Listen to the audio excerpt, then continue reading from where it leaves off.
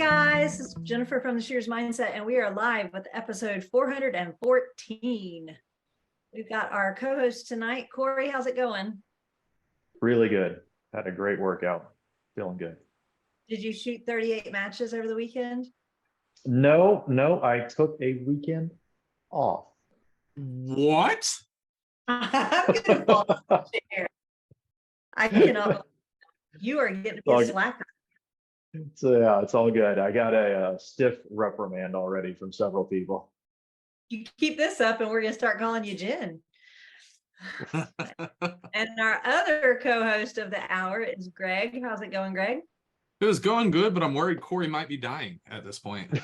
Not dying. Are you sure? Have you seen a doctor? I don't believe in doctors. Did you check in the ER for that? Not shooting matches then. And our guest of the hour, this hour that everyone really wants to hear from, they don't really want to hear us shooting the bull. Our guest of the hour is Luigi Lee. How's it going? Oh, it's going great. Thanks for having me on here. No problem. I love having different people and different perspectives and all those things. And you kind of are a hot topic at the moment. So for anybody that doesn't know, kind of tell us how you got your start in shooting, what you're doing now with shooting, and what you're maybe trying to do. I started in 2013. I just showed up to a local match and been hooked ever since. Primarily do USPSA, but I dabble in everything. Got pretty good at one point in my life. Went to Thailand for the World Shoot for IPSC.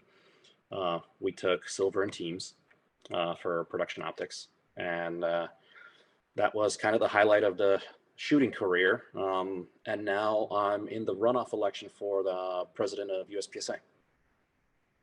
Awesome. I mean, just minor little things you're doing. Yeah, a few little things. It's here and there. It's fine. So, you want to be president, huh? So I have two questions. One, okay. Why do you want to be president? And then I want you to give me 3 reasons why, in less than a minute, 3 reasons why you would be the right president for USPSA. So why I want to be president is I kind of did the best that I feel like I could do as a competitor. Getting to compete on the world stage on a team representing the U.S. was something pretty cool. And I don't know if there's anything more than that for me. I know I'm not going out there and I'm not winning a national championship, at least in the U.S. because we're so stacked. And I know I know I'm not going to be a world champ. Yeah, Corey, you're laughing, but you know it's true. Dude, coming to terms with that is rough. I never had to come to terms with that because I just knew. I just knew. What is it? The Picard, the Captain Picard quote is, "You can do everything perfectly and still fail." So it's just, I know that there's always going to be somebody bigger, somebody better, somebody faster. And it's just, I've always been okay with that. But aside from, taking a tangent, I've done the competitive thing. I've done the high level shooter thing. And I still enjoy the sport. I still want to stay in it. But the direction that I felt that the organization and the leadership we had, it wasn't sitting well with me. And anybody who's in USPSA or has listened to it, there's been a lot of stuff that has happened in the past 2-3 years, and stuff that I just wasn't comfortable with. And the only way that I felt like I could instill some change is getting into a leadership role in the organization. And that's why I decided to throw my hat in the ring to run for president. So why are you the right one? I have the business experience that you need for a nonprofit and for profits. Like I said, I've been on every level of the competition scene, both stateside and internationally. and I feel like I'm a leader when I need to be. I feel like I'm the guy that can steer the ship around. Great interpersonal skills, and I can listen. Awesome. Very good things to have. Listening, I think, is a big thing that I think anyone that is shooting wants, is to be heard. You know, the really, whether it's USPSA or Three Gun or PRS, all of those organizations really are about the shooters and built by the shooters. The shooters are the foundation of it. If you don't have them, there is no, there is no organization, right? So Absolutely. And that's one of the reasons why I've pretty much played in every shooting sport. Just because I like guns. I mean, I like guns. I like shooting. The Second Amendment is really important for us. I mean, we need to be able to have our stuff and keep our stuff. And I think USPSA, even though it's a not-for-profit, we can bring a lot of light to the gun games and not have it be shown in such a negative image. I agree completely. So you've done pretty much everything USPSA offers between practical pistols, steel challenge, multi-gun. How deep did you get into shooting? Well, I got pretty deep. I was a match director my local club. I was on the board of my local club.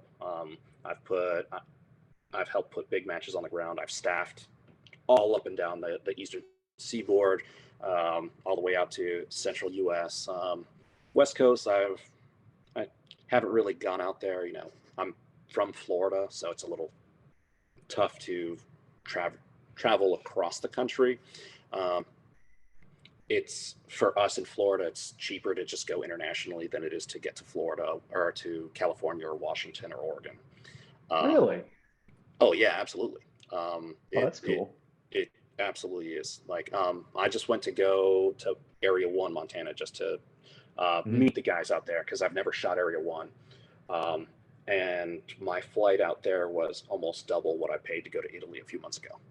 Oh my God. Dang. Yeah. And It I know how was, expensive flights to Italy are. yeah, because you guys are going pretty soon, aren't you? Yeah. Yeah. But yeah, so I never really made it out that too far west. I mean, I've been to Utah for nationals and three-gun matches a few times, but it's just I felt like I needed to go meet the guys on the ground, meet the guys who are actually putting the organization together. Just like Jen, you said, it's just one of those things where I wanted to show some face, put my ear to the ground, and see what the issues that they're having in that area. And I felt like it was pretty good. Lots of conversations, lots of communication, and but pretty deep in the shooting. Pretty deep. Did you win? Area 1? Yeah. I didn't even shoot it. Oh, bro. Yeah, that's how serious I am for this thing. I went there just to, you know, kiss hands and shake babies, or kiss babies and shake hands, whatever floats your boat. Oh my goodness. Okay, so I know you a little bit, right? Not, I wouldn't say we're best friends in like Brian's band, but like going to a match and not shooting tells me, one, you're taking this way too seriously, but two, you're taking it pretty seriously. Yeah. I don't think I've seen you at a match not competing at a high level in my shooting career. Yeah. It was tough. It was tough. But that wasn't the point of that trip. The point of the trip was to meet the guys out there, meet the guys that I haven't talked to before, and see what pressing issues they have. I mean, I could wait, and if by chance I get into the position that I'm running for, I could just expense it all on USPSA's dime, as presidents of the past has done. But I wanted to know what I'd be getting into so I can just hit the ground running day one. Yeah. Yeah. That's what you want in someone going for the position. Agreed. Yeah. So why do you think a president needs to be an avid competitor? USPSA specifically, the president is the match director for nationals. Now, granted, he can delegate that out and assign a different match director, similar to what happened for multi-gun nationals last month. Right. And we can outsource it. That's fine. But ultimately, it's on the organizations. It's our image that we're putting out there. It's our name on it. And you don't have to be a good competitor. You don't have to be a GM. You don't have to be that guy. You don't have to win the nationals, but you need to understand what those guys can do. And if you're not an avid competitor, then there's just no way that you can do that. No, I agree with that. If you haven't even seen someone like Christian run a stage, and you start looking at the times as a match director, like, wait, this shit's a little suspicious. Like, until you've seen what's possible, and really what anyone from B class all the way to GM can do, and where it's fun for everyone. Because I mean, if you have a stage where 50% of shooters are a 0, you might not have another nationals. Yeah. I mean, I've shot matches where the match director just says, "Hey, I really want to stick it to PCC," especially when PCC first came out. I got something for that guy. but Corey, you've shot matches like that where they're like, "Oh, yeah, I don't think you should bring a rifle to a handgun match," and that's fine. That's your personal opinion. But when you design things to make it so awful for the rifle shooters that the old guy shooting a revolver can't really do what he needs to do, right. then there's a real big disparity in what the stages are looking like. No, absolutely. And I think it's not fun. It isn't. But I've also shot matches where everything is you go to box and you're just hosing 4 targets and it's 8 rounds. And also you're shooting fun. 15, 16 hit factor stages. You got me back. You got me back at 16 hit factor. So if hosing is not fun, 16 hit factor stages is fun. Yes.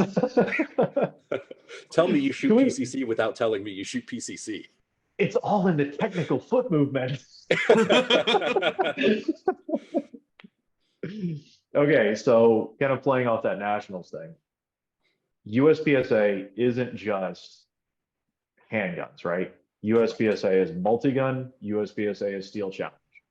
So let's just start with USPSA and then we'll go to the other ones. How many matches would you put for USPSA proper? Because everyone knows USPSA loses money on nationals, but they're kind of the gem of the organization. All right. So this is the thing that maybe a lot of people don't really know. But every different shooting organization, their nationals is supposed to be their high end, their goal. This is the thing. Right. Most of the other organizations, they all lose money on their nationals. It's a loss leader, right? But it has to be the premier event. And it has to be the culmination of the shooting season or whatnot. I mean, if you look at IDPA, the way that you get into their nationals, it's a point system, and it's called the Road to Nationals. Okay. I mean, that's something cool, right? Yeah, I mean, PRS has something similar in their point series.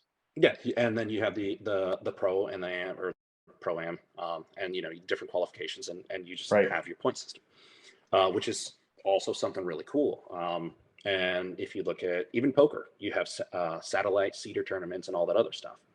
But nationals, some people could argue that nationals should be subsidized by the activity fees. That's what USPSA has to offset that cost. And that's understandable.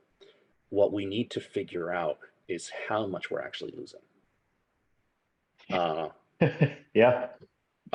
And for some of the listeners that don't deal with USPSA specifically, we've been losing quite a bit and our financials aren't really in order. And I know it's on the list for somewhere down the line in the communication. I'm sure that's coming. But we have our Form 990s and all that, but we need to figure out how much we're actually losing on nationals. And Yeah. if we need to pull back for X number of years to try to figure our finances out, then we need to do that. But look, we have Carry Optics National sold out at almost 500 or 500 Yeah, change. 500. Yeah. Open PCC has been sold out. I mean, the wait list for Open PCC is 100 deep. Yeah. I think Iron last I Sight, heard it was 60, but a lot of people dropped. But it's Yeah. like you said, it's been sold out for a month. yeah. Iron Sight Nationals they had 30 slots left up until they introduced limited optics to it, and it sold out in a day. You're welcome. I signed up for that. Yeah. And with that, we lost about 10% from limited and like 7% from production.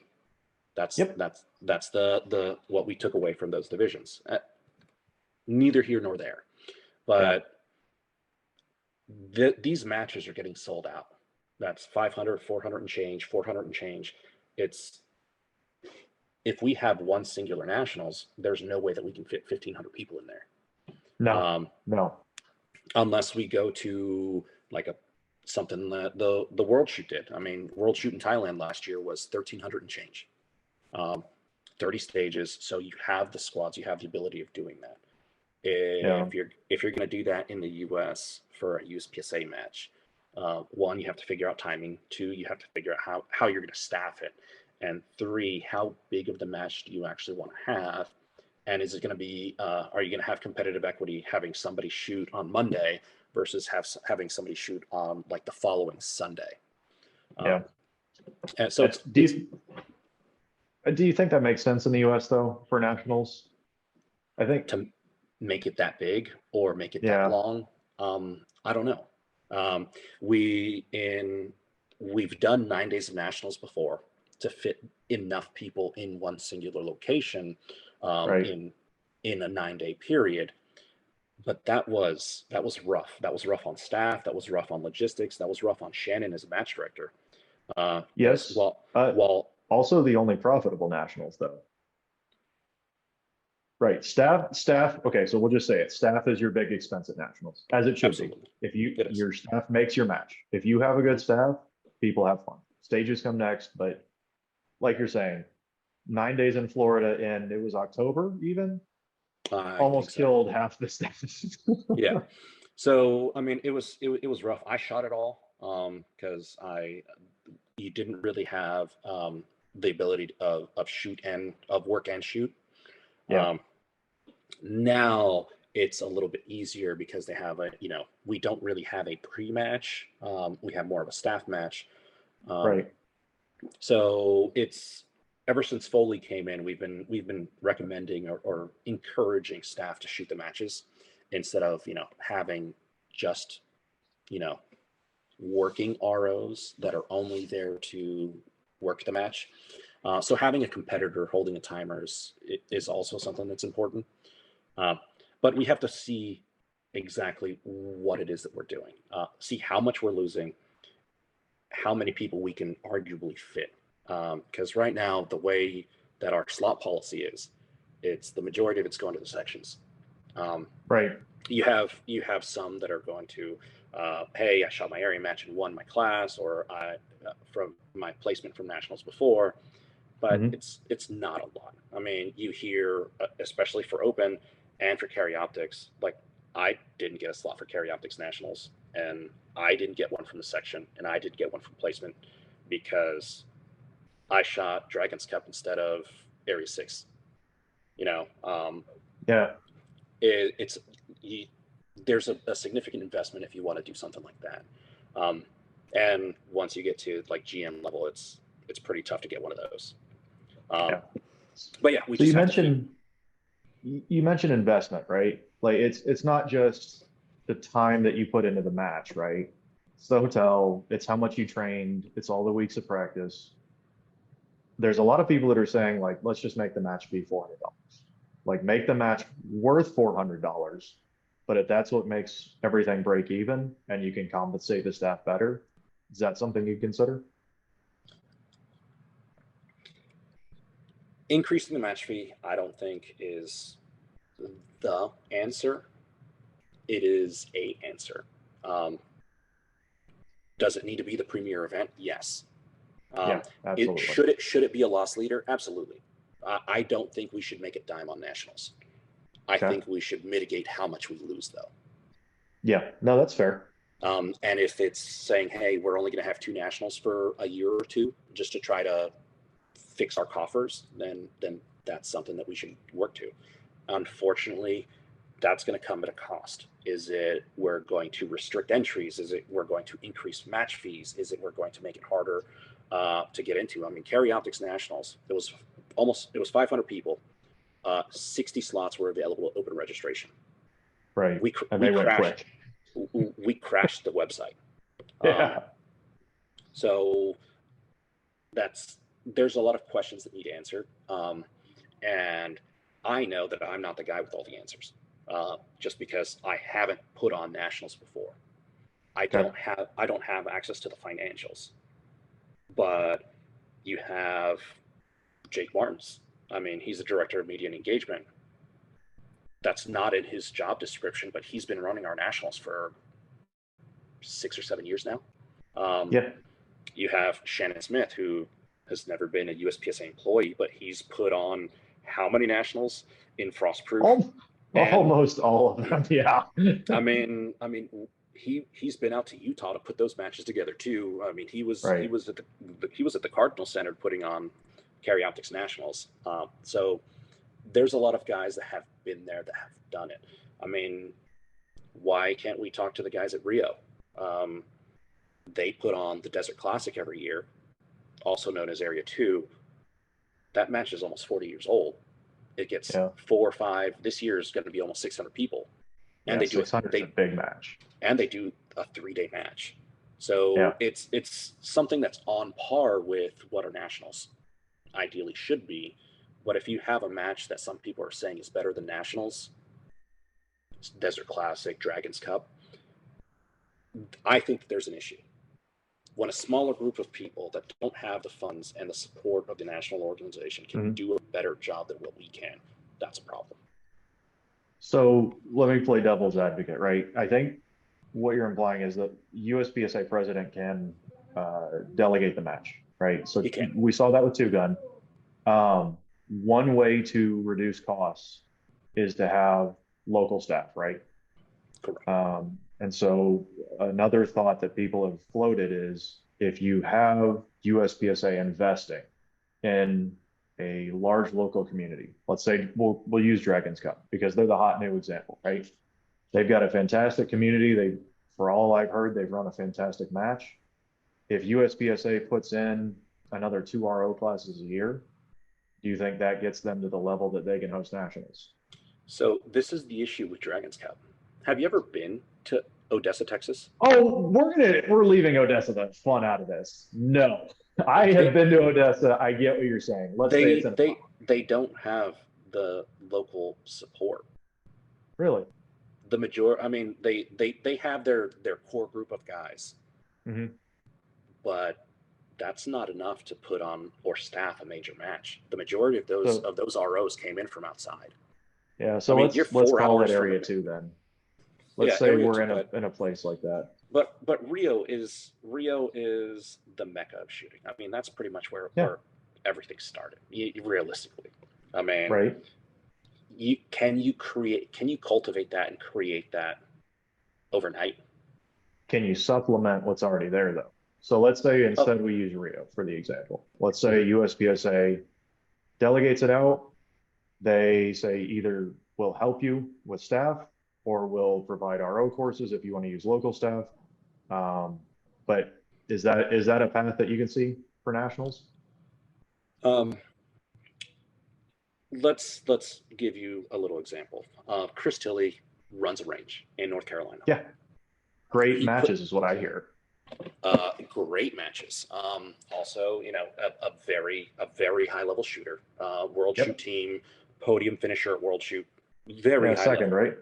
Yeah. Second this last year, but he's won nationals before. I mean, he's solid.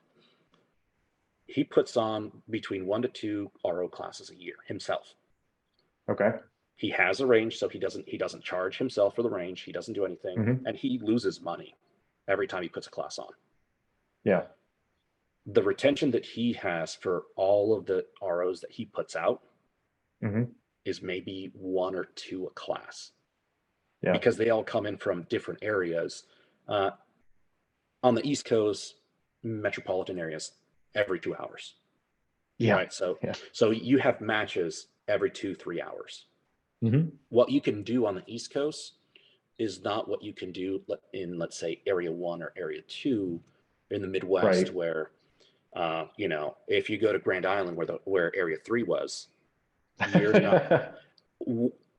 Do you really have the local population that you can actually, you know, pull from? Right. It's not conducive. I mean, Area 1, where they just had Area 1 in Montana, the second closest local club that they have is a 2-hour drive, and their local match is like 13 or 14 people every month. Yeah. The population density is not there. It's just not there. Yeah. So will it work to a certain point? Absolutely. Is it the answer? Not really. But you also have to look at ranges that are big enough to hold what you're trying to do. Do you Yeah. want an 18 stage nationals, or do you want a 24 stage nationals? You know, that's an extra 6 stages. If you're doing a double bays, that's an extra 3 bays. Right. It's just finding the location is tough. Okay. What about, we'll go into two gun. How do you see USPSA's position for multi-gun and three gun, two gun, and three gun? It's the stepchild. I mean, we don't really pay attention to it. We don't really cultivate it. But is it bad that we're not really putting the support into it? Yes and no. I shot three gun a lot. Yep. I shot three gun in Three Gun Nation. Shannon used to put on one of the 2 or 3 only sanctioned USPSA multi-gun matches. Yeah, Area 6, right? Yeah, and then we started having one out west, but local matches. When he was running the local 3-gun match, USPSA multi-gun, there was only one other club in the country that was putting on a monthly USPSA multi-gun. Yeah. Because everyone just runs outlaw. Right. And unfortunately, the 3-gun community, USPSA is a bad taste in their mouth for whatever reasons. If it's the safety reasons, if it's the nasty RO reasons, or if it's just, hey, this is what I do because I want to shoot outlaw because I just shoot outlaw. But you have fantastic events. You got Rocky Mountain, you got Mystery Mountain, you've got Superstition, you've got Pro-Am, you've got Hard as Hell, you've got all these great 3-gun matches. I mean, even the AMU was putting one on. Yep, Benning at Fort Benning. It was a great match. It's going to be the same guys that shoot all those matches, you know, realistically. Yeah. Do you think USPSA can provide the club structure for 3-gun? Because that's missing everywhere. Absolutely. 3-Gun Nation was a great organization for what it was. I was sad when it failed. And it because we don't have that overarching support. What Max is doing with PCSL, it's great. It's a step in the right direction with the rule book. That's a simpler. It's easier. But that's a 2-gun match. You know, it's not a 3-gun match. If you want to shoot a shotgun, there's really nothing to do. If you look at the international stuff, there's really not much international multi-gun. They do rifle matches, they do shotgun matches, they do handgun matches, and every now and then you'll find some region that puts on a tournament. And you know, they'll have, hey, we're going to have a handgun match in conjunction with a rifle and a shotgun match. And those are really cool. So how do clubs encourage membership? Like, I know that structure, and you're talking about, you know, a lot of those matches, it's the same shooters shooting it. How do you get newer shooters in? how do you entice them through that club level? That's going to be an advertising thing, but that's on every organization, not just USPSA. It's every local club doing their own little advertising, getting high level shooters, putting adverts out there. Practical shooting is a hobby. USPSA is a sport. Okay. Steel challenge is a sport. It's how do we get people to come do it? I mean, even PRS, like, why can't we have a lot of cross between the two sports? You know, it's what do you want to do? I mean, Corey, you're here in central US, and they do run and gun. I don't have any run and gun on the East Coast. And but it's something that would be cool. I mean, I'm really out of shape, but I would like to do it. It's like, I've never heard of it until somebody that I know says, hey, I'm doing this thing this weekend and it's really cool. I was like, okay. It needs to be more of a household thing. And unfortunately, it's just, guns are a hot topic. Very political, very stigmatized. But at the same time, what you said about the local match director being untouchable, okay, let's assume that the match director is going to do that. How do you entice them, and how do you tell them, right, this is the value that you can pass on to a shooter, right? Because you get 10 people a month, never shot a USPSA steel challenge match, right? How do I tell them, look, you can shoot the same match every month for the rest of your life and not have to be a member? What's the hook that USPSA is giving that guy? A membership for USPSA at this point is just the ability to shoot major matches and classification. So, and if you don't care about either of those, there's no reason to join. So how do we get people to join? Like, what value do we provide them? Because I agree. Like, I completely agree. I have nothing as a match director to say, man, it's really cool. Every rule book for, practical shooting comes from USPSA. So you know what you're getting. If you shoot here, you shoot at Wallace, you shoot any local club. But like, realistically, how do I sell them? Before we even get to the competitor, how do you sell the club? Right. Okay. How do you sell the club? That's a bigger issue, is club support. Then, I mean, if you look at the turnover that we have, it's a lot. The churn of it's you about guys, 50%, right? It's a lot. Well, I mean, you have to consider what we do. Yeah. This is an expensive sport. It can be a less expensive hobby, but it's an expensive sport. Right. I mean, compared to, hey, I'm going to go play tennis on the weekend. You go, you pay $30, you join a thing, you shoot, you play pickleball for an hour, and then you go home. If you want to do stuff, is you could just play against a wall in your backyard. You can get better.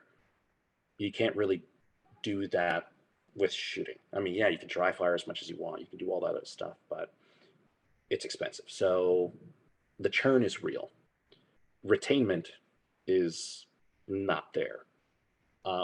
How do we give the local support from the national organization? Like, you're a match director in 4 different sports, right? You do steel, you do handgun, and all the other stuff that you do, because it's crazy. I don't know how you have time. What does USPSA? Just play on the internet instead. But what does USPSA as an organization support you? How does it do? What does it do for you? So as a USPSA match director, I can get a guy coming out that says, I want to shoot guns, and I have a rule book.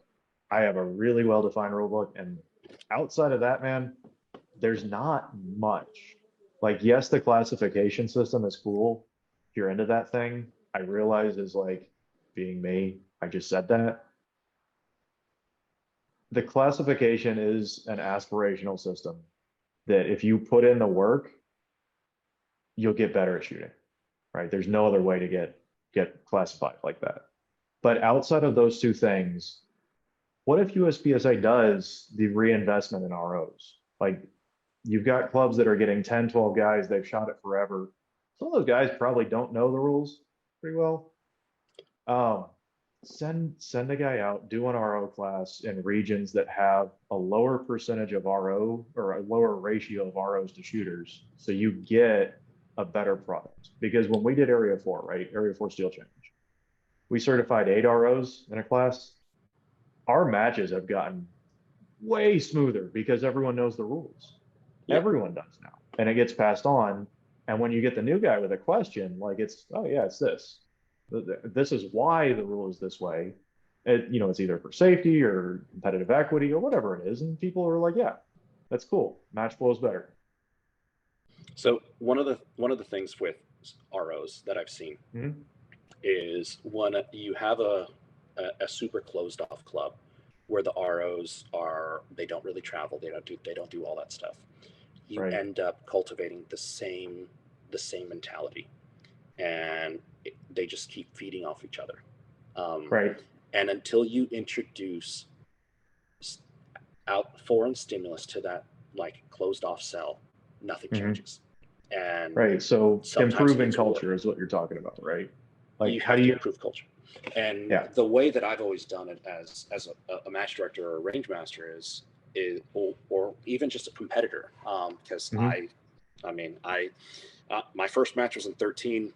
My life membership was bought in 13, and my RO Nice. certification was done in 13. Okay, Yeah. so 10 years ago, I dove headfirst into this, and I'm Yep. still in it. Everywhere I go, I'll help with timer, I'll tablet, I'll do whatever it is, and just teach as I go. And if I can leave one guy 1 or 2% better, then that one guy maybe has one technique or one, just from how to hold a timer, hold Yeah. the timer with the display towards you, so you can catch the clock rolling. If I can get one guy to do that, then if he goes and continues doing it, then it's just going to be a snowball effect there. And it's So let's extend that to what USPSA can do, right? Can USPSA make, we'll call it a fun 1-minute video on how to be a good competitor, like how to pace, how to set up, how to show up at the match ready to go, to where USPSA is providing something of value to the new guy.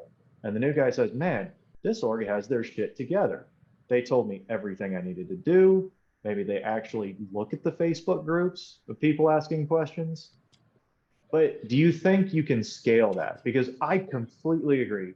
Having that one guy be the positive influence can change the sport. Like it changed our local club. When we had a couple of us take over from our previous match director, it went from 15 to 20 people to now we have 50 to 60. I completely agree with that. But how does it scale to USPSA? Have you seen some of the new videos that have been put out on social media? They're rough. Unless it's coming from Freilich, they're real rough. Freilicks are at least exciting. And Sean Nelson has done a good pump up video for a long time. I mean, it's gotten better than it has been in the past. I mean, some of those videos that we've put out have been terrible. The NRO I can't even watch. But the Carry Optics videos have been good. Crystal's videos, Crystal is a great gal. She's not targeting me. She's targeting a different demographic. I think they're working. I think they're good. Absolutely. But we need something, put them on the USPSA website. Be like, what you need to do for your first match. What do you need to know? Hey, this is a breakdown of the divisions. Yeah, they're going to keep changing, but it's not like we don't have 12 employees. Right. It's not like we don't have the guys in a position where it can be done. I mean, you have 8 area directors and you have a president. Right. Those should be your representatives. They should be a representative of the sport. Yeah, I agree with that. They should be putting the best foot of the organization forward.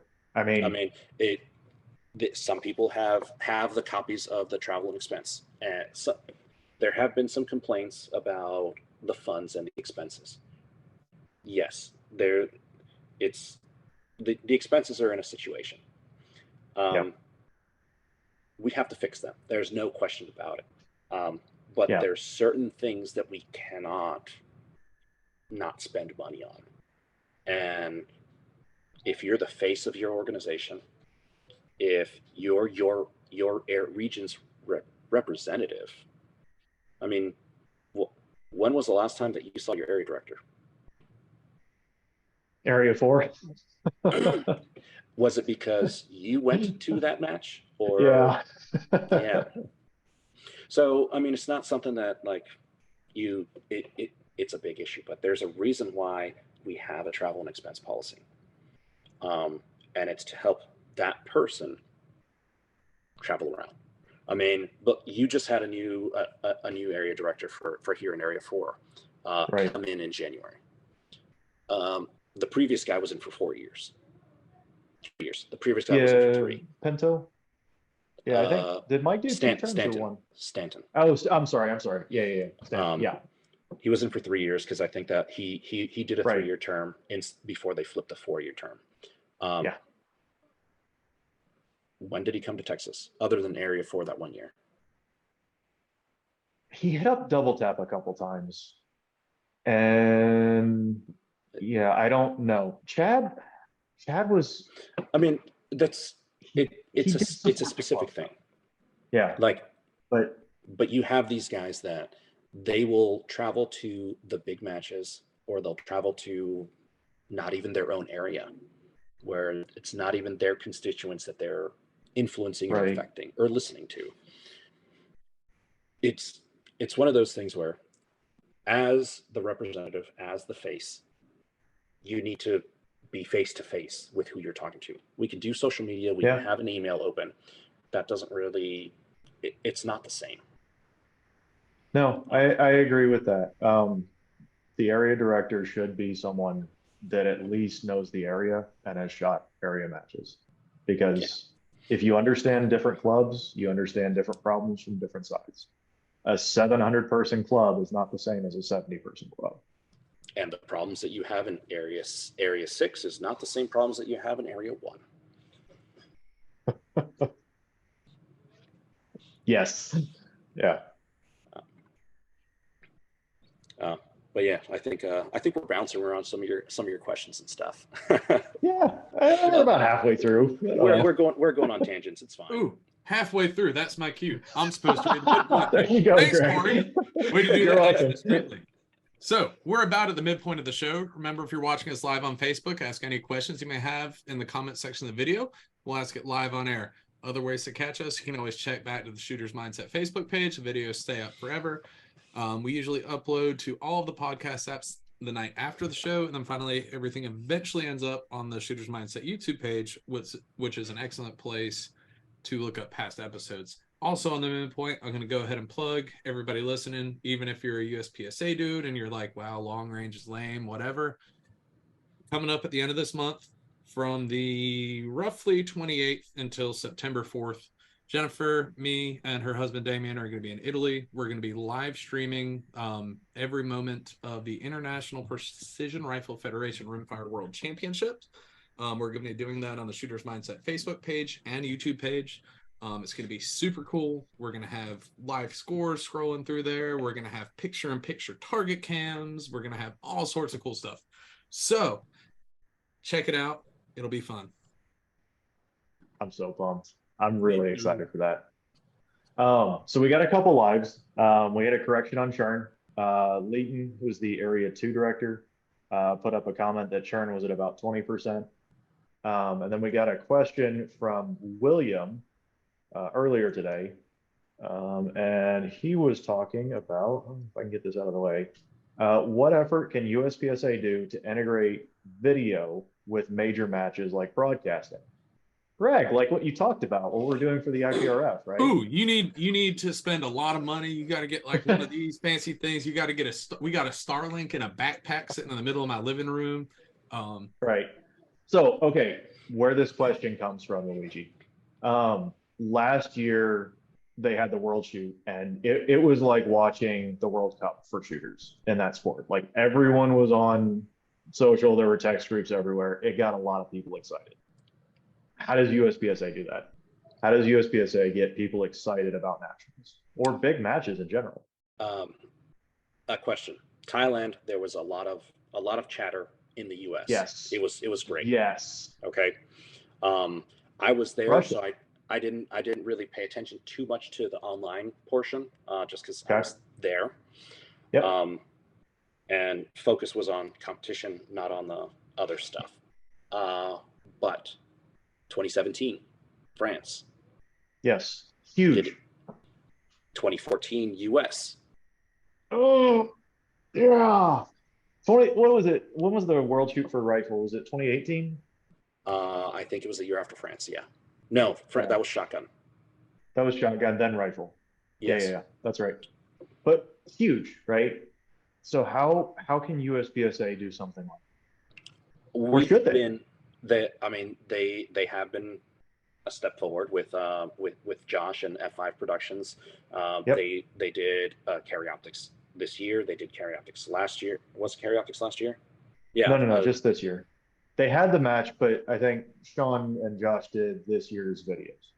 Sean and Josh did this year's videos, but they were at Talladega last year. Okay. And they put out snippets of things. Yeah. You're right. You're right. This year was the first formal. Hey, it was actually done more to scale, Bigger and better. We've been trying. The organization has been trying. Okay. Remember a few years ago, they tried doing live from Talladega. So you're saying they need to invest in it, right? And they need to see a return somehow. It's not just investing into it. Is you have to figure out how to coordinate it. Right. Doing it live, I don't think is possible. I just don't think it's there, just because the nature of how we do things. I mean, we go to a 3-day match and we put up 4 minutes of shooting, 3 minutes of shooting. I mean, 200 and some seconds. It's not a lot. That's only you. There's always someone shooting. You got to have the awesome technology to be able to switch from stage to stage, throw in a sponsor commercial, throw in a pre-recorded interview. You have to have pre-recorded interviews. You have to have all that stuff, and you have to have the infrastructure and connection there. I mean, you said you have a backpack with a Starlink. Do we have one? Yeah, but I mean, guys like Brian, right? Brian, just by his lonesome, right? Yeah, puts out quite a bit. Like if you follow Hunters HD on a match weekend on the YouTube, don't plug his channel, because that's a cheat sheet. Okay, that's how people scope out what the match is. What? Oh, nobody does that. Nobody also follows the pro guy that shoots all day Friday either. Yeah.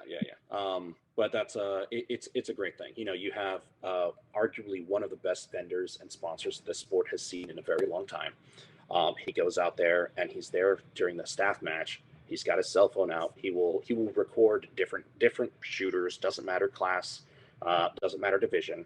He'll post them on the YouTube channel. So if you don't know, it's Hunters HD Gold at YouTube. Any match weekend that he goes, because he sponsors 300 some odd matches a year. And he travels 30 weekends out of the year too. It's crazy. I don't know how Sherry, his wife, puts up with it. But time away from Brian isn't a bad thing. Time with Brian is amazing. But every now point out on that note that there is a Hunters HD Gold commercial that will be airing during the PRF World Championships. Oh yeah. Didn't he actually help you guys out, try to fundraise for the expenses of traveling over there? Yep. Like I said, he loves all of the sports. It doesn't matter what acronym you have. He'll invest into it. So if any of your guys out there, any of your match directors out there have anything, I mean, reach out. He'll talk to anyone. But yeah, in response to what you guys were talking about, it's difficult. It's not undoable. Russia and Archangel Michael used to put out this really cool video, and they would get Yes. right. You know what I'm talking about? They'd get Yeah. the top 2, top 3 guys, and it came out, you know, a day later, 2 days later. Mhm. It was done with a really fast turnover, not like some of the videos that we've had from nationals or big matches that come out 6 months later on a channel that not many people watch or have. Doing something like that is great. You can see, put up different cameras, have a stage breakdown, time, hits, interviews. I don't know if the interviews, because after a while, you know, there's only so many ways that you can skin a cat and say yes, put the sights on a target, pull the trigger, you know, put whole 2 alphas in paper real fast. It ends up being the same thing, kind of repetitive over and over again. But you Yeah. think that's all they want to hear. But people at home that don't shoot that and see nationals of any shooting sport as like, that's just not even attainable for me to be able to be like, so Luigi, you just shot a really, really great stage here. You seem to be doing well here. What do you do in your day job? You're Yeah. like, No, I'm a school well, teacher. that's a good point, You're Jen. like, oh my gosh, a school teacher's doing this? I could do this. He's not like a Navy SEAL. And then people realize that it's like human and that there's people that are just shooting it as a hobby. Yeah, and if you can get someone like Morgan, slow motion is how I call her. She's got a really good personality, and you get her on camera where you don't know what she's gonna say, it's gonna be interesting. But like you were saying, she's all of 5 foot nothing, female. You wouldn't expect her to be in the shooting sports, shooting a pistol as fast as she does, and she's legit. Yeah. Like, And I mean, she's still a kid, so it's something cool. I mean, she's a ladies world champion now. yeah, yeah, It's super cool. I think what 15 or she's 16 now. I don't know. She's She's just pick on her. She has the best nationals winning speech ever. But yeah, so that's just a different idea on what kind of interviews you're talking about. But as a competitor, if you're in response to what Jen was saying, I've had that camera shoved in my face. Not everyone can handle that kind of distraction when you're shooting a national match. Are you there to interrupt, or are you there to, you know, just advertise? You know, it's all of this. You have to find the right person. They have to be good at their job, right? And so, do you hire people to do this? Do you contract it out? I mean, it's all good stuff, right? We have almost 40,000 members in the organization. I'm sure that there's somebody that knows how to interview. There's somebody that does it in their day job. You know, I'm sure we could find a member that knows this stuff. That would be more. So if you want to get paid, talk to Luigi. There's a lot of ideas, and just we're spitballing. But hey, guess what, Jen, Greg, you guys don't really do the USPSA, but you guys are going to Italy to cover an international world championship. Why aren't we talking to people like you that are doing it? Why isn't it happening?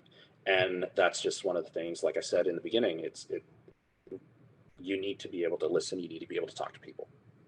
And I know that I don't have all the answers, but I feel like I'm smart enough to ask the right questions to the right people and be open to criticism and advice. Yeah. I mean, as a manager, you have to. All right. So managing, right? Raise income, cut costs. What are you doing? You have to do both, actually. I mean, it's like any business. Okay.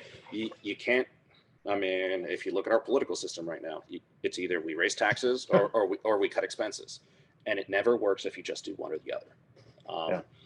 We have to, like I said previously, there's things that we cannot not spend money on. It'll tank the organization. It'll tank the sport. It'll tank everything. We just have to be more selective in what we're spending and how. Nationals needs to be a loss leader, or it needs to break even. We have these huge area matches that They don't have activity fees to support it, but they're breaking even and they're putting on very, very good events. Leighton chimed in earlier. Leighton is the Area 2 director. Yep. And Area 2 at the end of the year, it's supposed to be over 600, but I think they're at 500 and change now. Yeah. And it's a 3-day match and a huge prize table. Mm-hmm. I've never been able to go because it sells out. You can't get in, dog. even if they don't open it to members that are outside that area, it'll sell out with just Area 2 residents. Oh, easily. So that's the thing. How can we, touch upon these guys that are doing it, that know how to do it, that have been doing it? How can we get their expertise and introduce it into what the national level needs to be? We've got Shannon, we've got Jake. Area 2's got the people that the Desert Classic is a match that has been on for almost 40 years. Yeah. You've got Marco in Odessa that runs Dragons Cup. I mean, him and Billy, they put on a fantastic match, and they don't really have the local infrastructure and support to do things. I mean, Marco's lost money on that match. Yeah. I don't think he broke even this year. Maybe next year he'll break even because he keeps building stuff. So big picture, and this is one of the reasons that I wanted to bring you on, is you've shot big matches. You have seen the cool stuff that each individual match can do. And you're willing to talk to the guy and be like, hey, how the fun did you live stream this? We'd like to do that too. And when you ask someone like that, they'll tell you. You're like, okay, well, this is how they did it. Let's go do that. Because all these good things together that each individual person does, if we start sharing that, like as a PRS match director, I'm going to a couple PRS matches a year just to see what other matches do well. Like, do what they do it better. I don't have to reinvent anything and get all, creative and shit. I can just figure it out by asking. So one of the things that I feel is a benefit to me compared to the other candidate that's in the runoff is I've traveled internationally for this for a while. Yeah, lots. my first international match was 2015 in Brazil for the Pan American. That one was a pretty big match. I think it was on order of 700 or 800. 3 days of shooting. It's doable. I've done it. Right. I've traveled. I don't have to travel to learn that. I already have those experiences. I already have those relationships cultivated. I can just pick up the phone and call. And I have. So there's a lot of ideas that I have. And the way that the board has voted this year, it's not going to be on the president too much for 2024, just because they wanted that there was too much up in the air. So the first year it'll be more of how can I help instead of I'm doing this. Right. And that's perfectly understandable. Like I said, and you have to have buy-in. I mean, there's a board, right? Yeah. There's 8 guys that have to buy into the plan. Yeah, absolutely. So that's that. It's how do we get that? Is we just being a leader is understanding how to get other people's input and put it together and make a plan. Yeah. So I agree.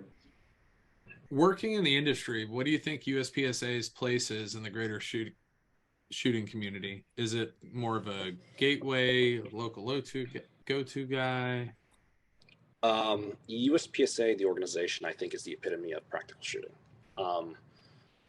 If you look in the U.S., anybody who is anybody, they'll say, "Go shoot USPSA. This is going to prove what you have, what you know, what your skills are."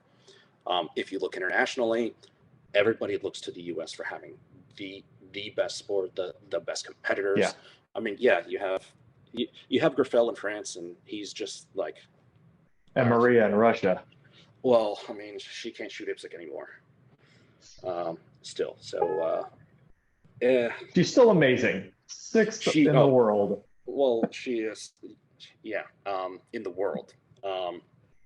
But with the sanctioning that they have, they pulled the APSIC sanctioning from the federation completely. Yeah. But Anyways, I mean, we also we also have somebody like Ben. Ben is not a USPSA competitor anymore. Will he tell you not to go shoot it to learn? No. I mean, he No. will plug the organization. He has Yeah. other things to say about the organization, but he still understands that this is the premier shooting event for practical shooting. Yeah. That's the organization as a whole, but it's also your local guy, the local level. That's what USPSA is built on. I mean, you run 18 different matches. You understand that the guy that shoots this is more than just a hobbyist. I mean, if he's invested, there's a passion for it. He is the guy that's going to do the advertising. He's the guy that's going to bring people to the range. He's the guy that's going to do all that stuff. If we don't have that local guy, that local passion, we don't have an organization. It's how do we support that? How do we kindle that? How do we keep that fire going?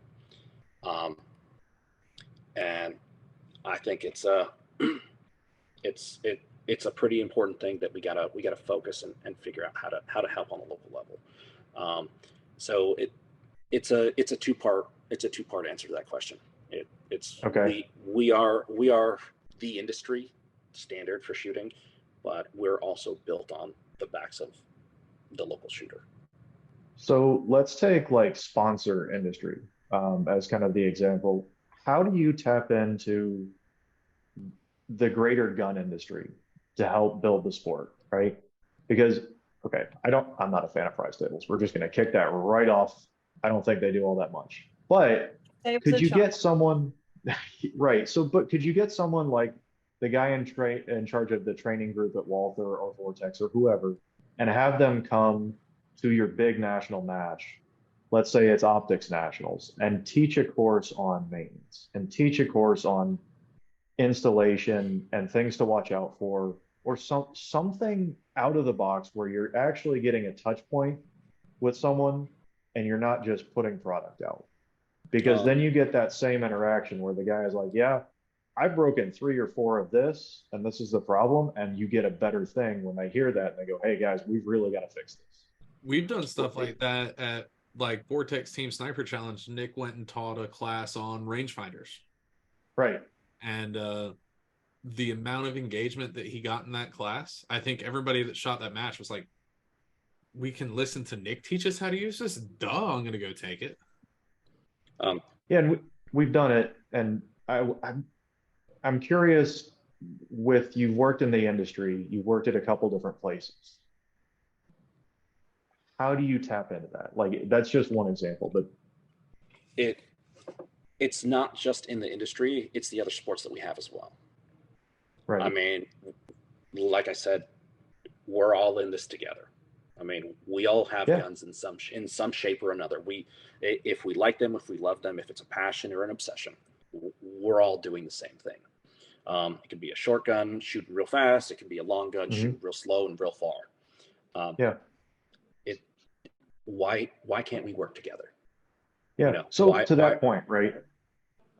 Then at 9 days, right?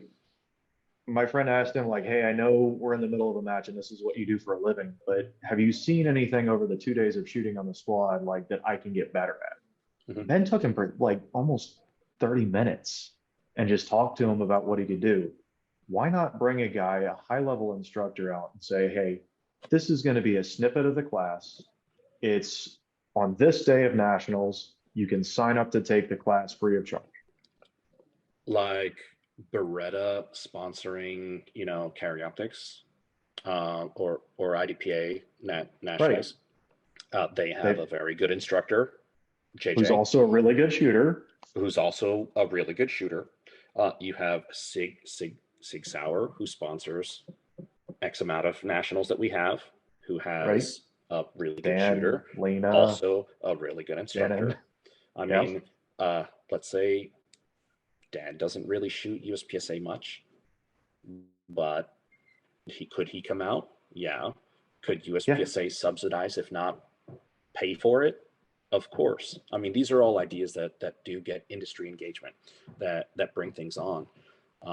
There's other plans that have been in the works in USPSA that touch base similar to what you're talking about. Right. The only The shoot issue, SIG event, right? shoot SIG is not a USPSA thing. But they had it but- as a side match, right? But Shannon did bring it over, and he coincided it with the nationals that we had. It'll happen again here at Iron Sight Nationals, Iron Sight plus optics. Hell yeah, there you go. So it's Iron Sight plus optics here in a few months. It'll be again, go shoot a big or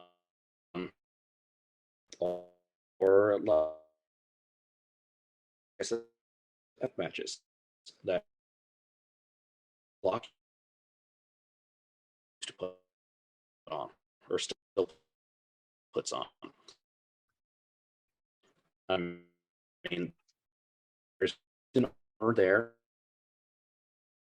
Place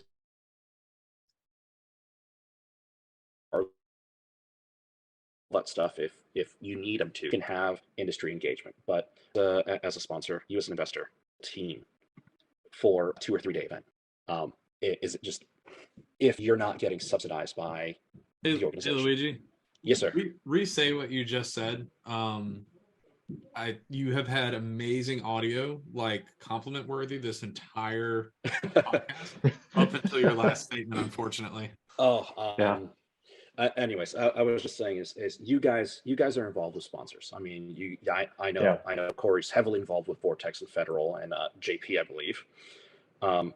You guys, you're really involved. You know this stuff. At what point is the return going to be viable for that sponsor, that vendor to come out? No, absolutely. It has to be a two-way relationship. Everyone has to win tenfold. Yeah. So, I mean, packing up your entire marketing team or your armorer team or your instructor team and bringing them out to Cardinal Center for 2 days. Yep. Is that going to be worth it? No, so it's an investment. It's an investment, but you have to figure out what the cost is going to be and how to mitigate it, how to subsidize it. And like I said, nationals there's no problem with nationals being a loss leader. And if some of that money has to go to subsidize Vortex coming out to teach a class on optics and have Josh come out, or hey, SIG is sponsoring Iron Sight and have Daniel Horner coming out and just doing, hey, we're doing a little class here. Tom Castro, an instructor out of Florida. Yeah, local guy, right? Yeah, local guy. He's in western mid central Florida. Got a little shooting academy, but he helped with the market, with the sponsor coordinating and the stuff for South Carolina sectional this year. Mm-hmm. He put on a clinic. Everybody had the option of going through a stage and getting a little 2-3 little snippet of what his training class looks like. And he did that as a sponsor and as a vendor. He also shot the match, but he shot the pre-match, so he was able to do that for every shooter. Now he didn't have to if he didn't want to, but that's a great idea. No, that's something that gets people in, and I'm guessing he probably got a few people in his classes. Probably. So it's just something like that. But there's a huge market out there of guys that go out, they go to the range once, twice a month, and they train. Mm-hmm.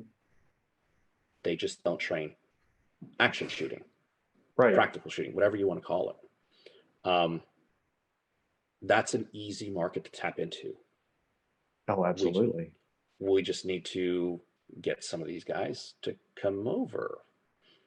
I mean, you got Mike Seeklander. He's a great instructor. He's a great shooter. Mm-hmm. He's an OG. Shoots a lot of IDPA. Has a really good relationship with Wilson Combat. So that's that. But he's a solid Grandmaster USPSA shooter. Always high up there. Yeah. Somebody like that plays in both worlds, but he also plays in the tactical and the defensive world. Absolutely. And how do you get the Timmies, how do you get the tactical guys to come over, right? You know, you want to keep saying that word. Oh, I love the Timmies. The But, Timmies are my but yeah, friends. I mean, like one of the ranges that I used to train at is primarily that. I mean, you've got all these local guys that they just want to put on they want to put on their vest, and they want to get trained defensively. And what is it? What's with the adage? USPSA will get you killed in the streets. I mean, but that's that's okay. It's, hey, they don't shoot back. That's fine. But how do you break down those stigmas, and how do you get that easy? That's a low hanging fruit right there, because that, you know, they're already enthusiasts. You know, they burn ammo and they spend money on guns. Well, How do we the get them to tactical match? games has built a community around bringing people in. It doesn't matter if they're tactical or whatever, but thinking of things that other orgs have done well, right? Yeah. Do what they do and do it better, or just bring them in. We could bring them in. Hey, but I know that there's some issues with not-for-profits giving money to other not-for-profits. Like there's legal implications about it, but there is no reason why we can't say, hey, let's go to the tactical games and have a booth out there, and talk to people out there. And the NRA World Championships or the Trigicon World Championships, whatever you want to. I never really know who owns it at the time. I shot it one year, and I thought it was great. I mean, because there were some sports that I've never even heard of, and I shot it. That was one of the first PRS type things that I've ever done. Fantastic. Why didn't we have the organization there helping to support that, instead of just 2 or 3 local guys that weren't really very educated in what was going on in the sport of the USA or USPSA specifically? So it's one of those things where you've got these guys that all these pros that do all these other things that have relationships in all these other industries and sponsors. It's like, these are things that we can touch upon. We have these relationships already built. That's a great point. So kind of the big question that we've danced around a little bit is based around trust, right? Right now, trust is not great in the org. How do you reestablish that to the members that we've lost? So one of the candidates from Area 6, he's also in the runoff. One of his big things is we're polling and surveying a lot. We're not just polling, we're only polling and surveying current members. Like Leighton chimed in and he said that the churn is 20%. Right. A 20% turnover in 5 years puts you at almost completely new generation of shooters. Yeah, that's right. And how do we get the information from the guys who have left for XYZ reason? If it's, hey, we didn't keep up with technology because we were slow to the game with, carry optics, or we were slow to the game with limited optics. PCC was mishandled or what have you, or, nobody's taking care of 3-gun. Let's leave PCC alone. So it's, there's a lot of issues there. We need to communicate with the guys who have left and why they left, to try to mitigate having them leave in the future. But that's not really where we kind of went on a tangent. But the trust is, we need to, let's vomit information onto the organization or onto the membership. That's the only way. If you have a trust issue, then you need to have over transparency. And unfortunately, we're in the middle of August and we still don't have the financials from last year. It's a problem. It is a problem. But not having that information public and readily accessible, just, you start getting to hearsay and whispers and rumors, and that's when bad things actually, it gets worse. So maybe we're not in a bad financial situation. But the rumor mill and the people that do talk, it's pretty apparent that we are, but not necessarily. We could be. Leighton was on earlier. Maybe he's seen what the finances are, or the finance committee chair, which is one of the newer area directors. If we're upfront and honest and say, hey, take ownership of what the situation is. Did we mess up? Yes or no? Okay. Right. This is what the current situation is. Just show you. That's the only way that you're going to get the trust back is communication and transparency. And this is one of the things that people say that the president has been neutered. Is he's still chairman of the board? He still puts out the agenda, and he is supposed to keep the minutes of the meeting by appointing a secretary. But they just did a dues increase, which is a very hot topic. Okay, we're not going. Let's not go into what the dues increase was or that situation. Yeah. But the agenda is supposed to be what's on the topic for the meeting. You, as a USPSA member, you're a paid member. You are a shareholder in the company, in the organization. You have every right to have a conversation with your area director and give him your opinion on what's going to get voted on, because that's what the area director is supposed to do. He's your representative. Yep. The president puts out the agenda, and the agenda has to have enough information for you to be able to start a conversation. Yeah. And it hasn't been. But it's been lacking. The minutes have been lacking. The president is the one who he's in charge of that. Let's put out a better agenda that has a little more substance and not just a committee report that's going to turn into a vote. Now, was that the plan? I don't know, because I wasn't there. And there's something called executive session that for some reason they really enjoy using. And our bylaws specifically say when it's supposed to be used, and I think they've been abusing that. And that's all that turns back into that information is not apparent, it's not public, and it just turns into more of a hearsay and rumor mill, which is never a good thing. And that's the thing. If you don't put out enough, you encourage the conspiracy theories, and that doesn't help anyone. So I agree with you. I think the more you can communicate the reasons behind the decision, we might argue about the decision in that point, but at least we won't be making shit up. You know what led up to the decision, not, oh, well, X, Y, and Z, and he's saying, P and Q.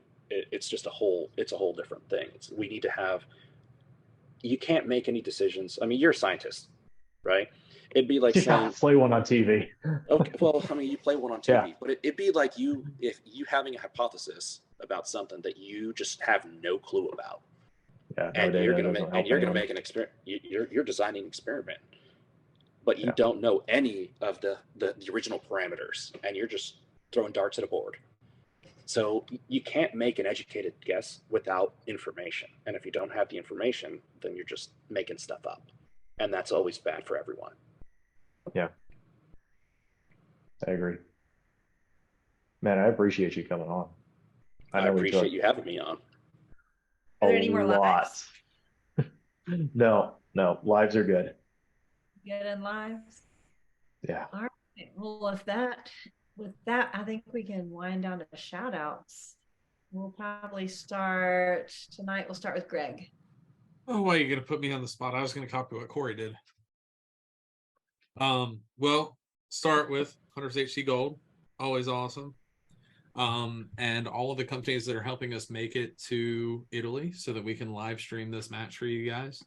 Hunters HC Gold is one of them. We have Armageddon Gear, Warren Scope Mounts. I'm doing this without notes. That's always It's always dangerous. Plan for success. I did not plan for anything tonight. And Manners Composite Stocks, and most importantly, Masterpiece Arms, who is our title sponsor. And this would not be even remotely possible without their support. How about the guys on your hat? Oh, that was the one that I forgot. Look, they're on my head too.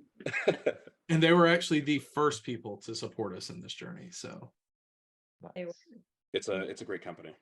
it is. It really is. It is a great company. All right, Corey, how about you? And I'm sticking with my shout out. I appreciate Luigi coming on. Yeah, we'll leave it at that. Simple. All right, Luigi, what do you have for shout outs? A shout out to the membership. The only reason why I'm here and in the runoff is because the people who cared enough to vote and cared enough to vote for me.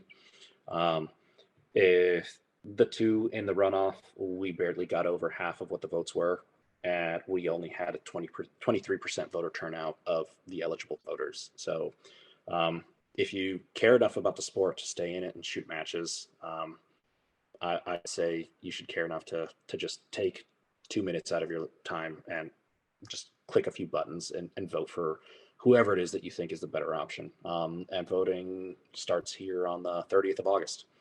And it'll go through all of September. Definitely. So definitely get out there and vote, or you don't get to complain. No complaining. No vote, no complain. Preach. Period. I'm just saying it right now. Everybody get out there and send your vote in. And then if you don't, just sit back and go, well, I let it happen. And don't complain if you don't like what happens. People are going to complain anyways. So it's fine. I know, but I'll still. You can complain about them complaining. I will. All right. You're not allowed. All right. And for me, I just want to shout you out for coming and spending 2 hours of your night with us talking about the USPSA and the politics of it and the shooting of it and all of that good stuff. And I want to thank you for what you are giving back to the sport, because I know that it is a labor of love for sure.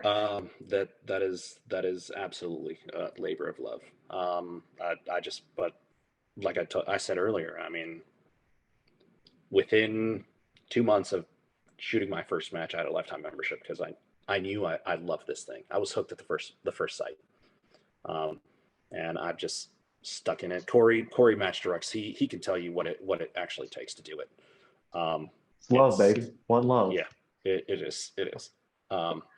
But it's love and addiction, insanity, whatever it is you want to call it. And caffeine. Don't forget caffeine. Yeah. And if you listen to Brian's podcast, the Hunter's HD Gold Behind the Lens, he's got a pretty good caffeine drink that he travels around with and lets people have for free, nonetheless. So if you ever see him at a match, go hit him up for some. Asking for caffeine. Yeah. Hey, it's great. Brian, you want to come to Italy? I'm gonna need a lot of caffeine. You won't need any caffeine that you're going to import because they have fantastic espresso over there. Yeah. Yes. When I got back from shooting those 2 national matches, I was in withdrawals for like a week. It was thankfully I live in South Florida and I can get like Cuban colada pretty easily. Oh, baby, let's go. Say a line of Cuban coffee. Corey's excited now. Cuban coffee is a drug. Yeah, it's a drug. Yeah.